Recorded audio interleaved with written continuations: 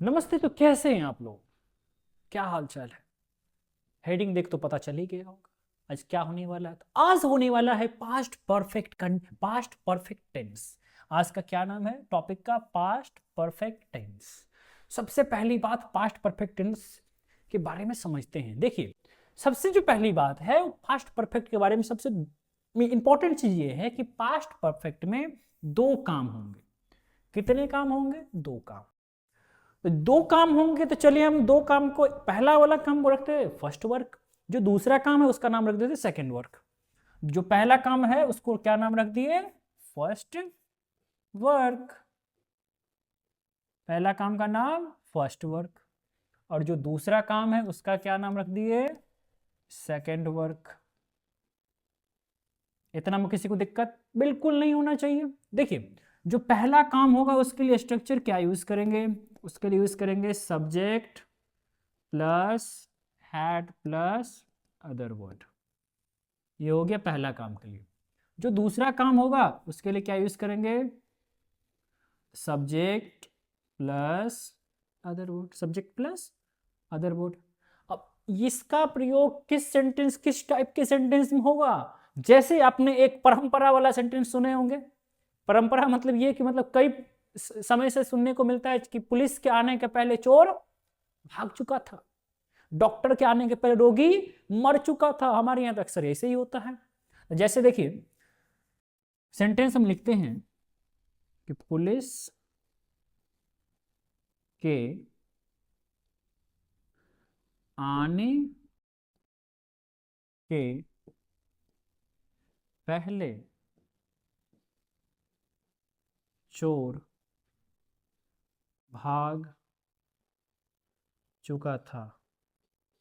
Police के आने के पहले चोर भाग चुका था। इस सेंटेंस में दो काम हो रहे हैं, मतलब ये पास्ट परफेक्ट का है। अब जरूरी नहीं कि जिसमें दो काम होगा सब पास्ट परफेक्ट का ही होगा। पास्ट परफेक्ट के लिए हम बोलेंगे पास्ट परफेक्ट में कितने काम होंगे? दो काम होंगे, जिनमें से जो काम पहले होगा, तो इनमें से पहले क्या हो गया? पहले तो चोर भाग गया। पहले क्या हो गया? चोर भाग गया। दूसरा बाद में क्या हुआ? तो बाद में पुलिस आ गया। तो चोर के आने भागने के बाद ही पुलिस आया है। जो काम पहले हुआ, देखिए इसका क्या नाम रखते हैं हम? First work. अब फर्स्ट वर्क को किस पे बनाना है? तो subject plus had plus V3 के फॉर्मूला बनाना है। इसको क्या बनाएंगे?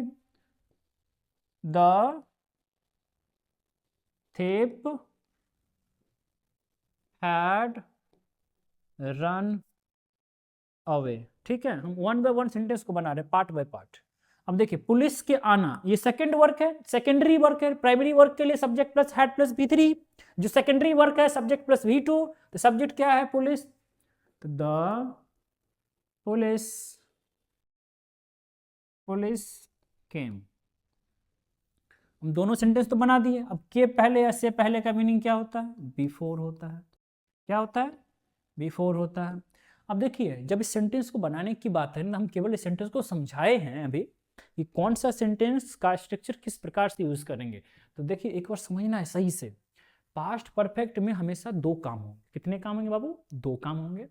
पहला वर्क जो पहले कंप्लीट हो गया उसका नाम हम रख दिए, इमेजिनरी नेम है ये, जिसका नाम हम रख दिया फर्स्ट वर्क। जो काम बाद में हुआ ना उसका नाम क्या रख दिया? Second work. जो काम पहले होगा उसको जो बनाएंगे उसके लिए जो स्ट्रक्चर यूज करेंगे वो क्या हो गया? Subject plus had plus V3 plus other word. जो सेकंड है उसके लिए subject plus V2 plus object plus other word जो भी। तो हमने यहां फर्स्ट काम को पकड़ा, तो पहले काम क्या हुआ था? पहला चोर भाग गया। उसके बाद क्या हुआ? पुलिस आया। तो जो काम पहले हुआ था subject plus had plus V3 बना दिए कि the thief had run away. Had plus V3। जो काम बाद में हुआ यानी पुलिस का आना, तो पुलिस के आने वाला पे हमने क्या किया था? द पुलिस केम। अब फाइनली जब इस सेंटेंस, इस टाइप के सेंटेंस को जब हिंदी से इंग्लिश में कन्वर्ट करना हो, ट्रांसलेट करना हो, तब कैसे बनाएंगे? तो इस चीज को समझिए, इसको कैसे बनाना है। इसको बनाएंगे, इसके लिए स्ट्रक्चर है उसका हम यूज करेंगे। सो देखिए, यदि सेंटेंस में बिफोर का केस हो, क्या हो? बिफोर का। तो बिफोर वाला में क्या करना है? सबसे पहले देना है subject plus had plus V3 plus other word, इसके बाद क्या देना है, before plus subject plus V2 plus other word. ठीक है, अब देखिए सबसे पहली बात, सबसे पहले क्या होगा, subject plus had plus V3।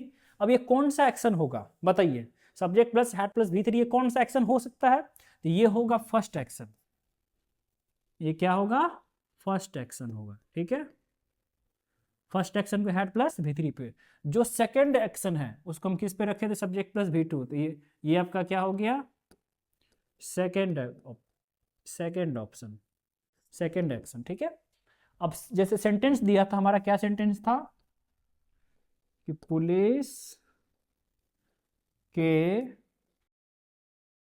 आने से पहले चोर भाग चुका था।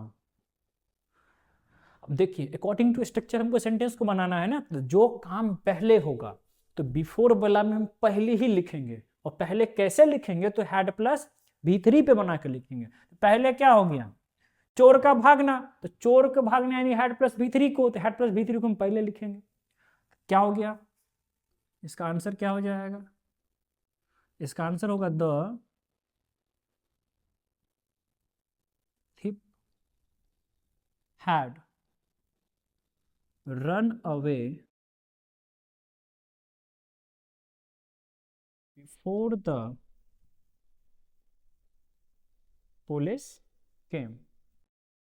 जो एक्शन पहले हुआ हम उसको हैड प्लस V3 पे पहले लिख दिए, बीच में बिफोर था तो बिफोर दे दिए, इसके बाद क्या था, सेकेंड एक्शन, तो सेकेंड एक्शन के लिए सब्जेक्ट प्लस V2 का हम प्रयोग करेंगे। ग्रामेटिकली आपको याद रखना है कि यदि किसी भी सेंटेंस में, कंडीशनल सेंटेंस में ग्रामेटिकली बोल रहे हैं, जो MCQ आएंगे, तो इसमें यह याद रखना है कि यदि किसी भी सेंटेंस में क्या हो, बिफोर दिया हो, क्या दिया हो,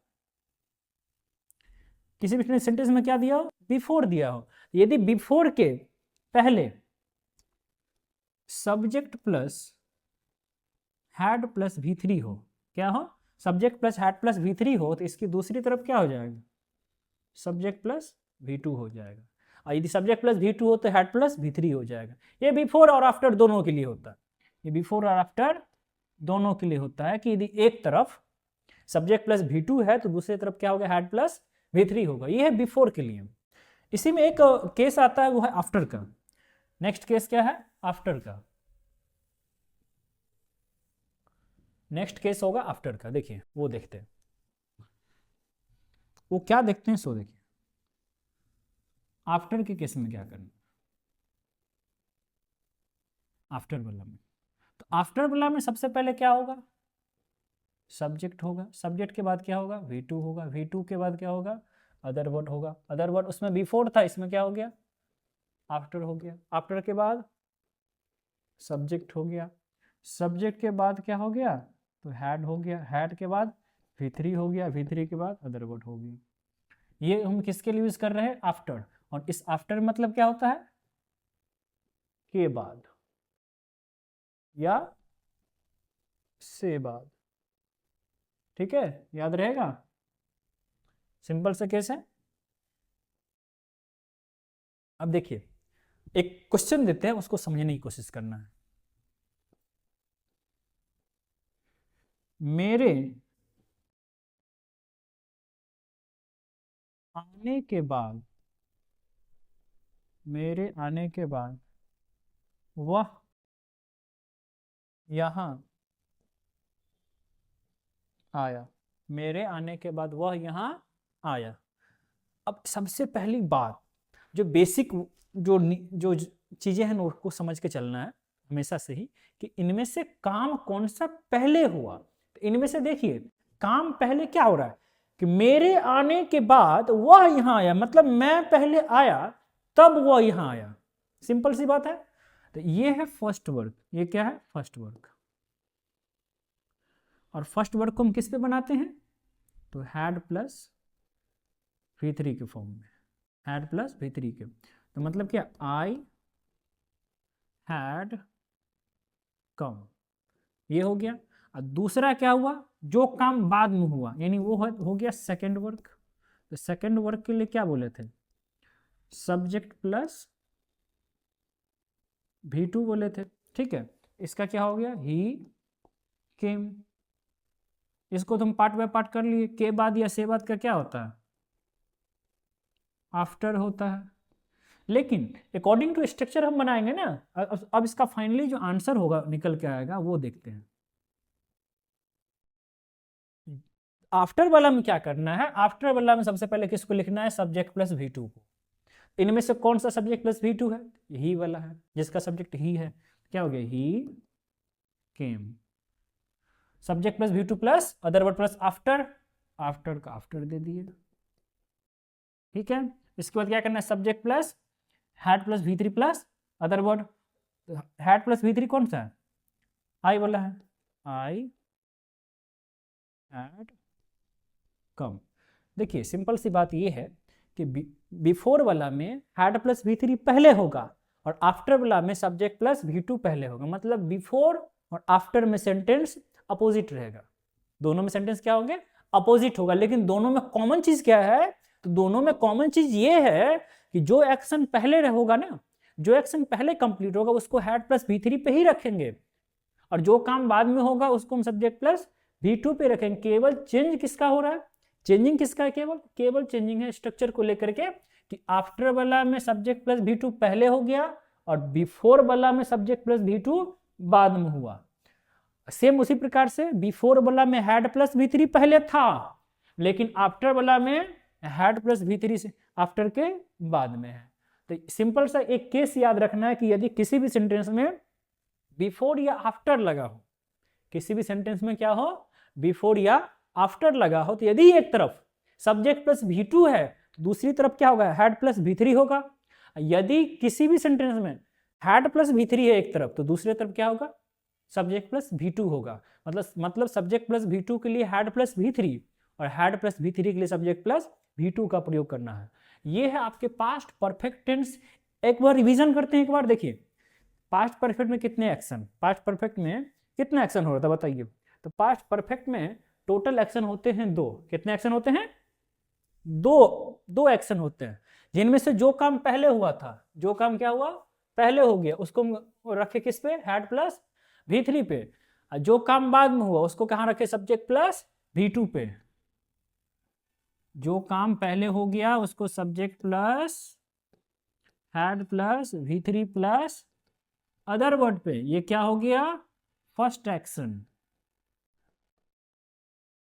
जो काम बाद में हुआ उसको क्या रखे, यानी सेकेंड वर्क, उसको हम किस पे रखे, सब्जेक्ट प्लस V2 पे। किस पे रखे, सब्जेक्ट प्लस V2 पे। फर्स्ट एक्शन को subject plus had plus V3 और सेकेंड ऑप्शन को सब्जेक्ट प्लस V2।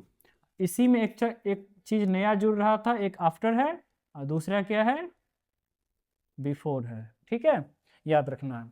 तो सिंपल सा यह बात को क्या समझ के चलना है कि यदि एक तरफ हैड प्लस V3 है, दूसरे तरफ हमको सब्जेक्ट प्लस V2 मानना है। इस वीडियो में मैंने बताया है आपका हो गया कौन सा टेंस, पास्ट परफेक्ट के बारे में। अब हम अगले वीडियोस में देखेंगे पास्ट परफेक्ट कंटिन्यूअस के बारे में। तब तक के लिए नमस्ते, मिलते हैं नेक्स्ट वीडियो जिसका नाम होगा पास्ट परफेक्ट कंटिन्यूअस में, ठीक है।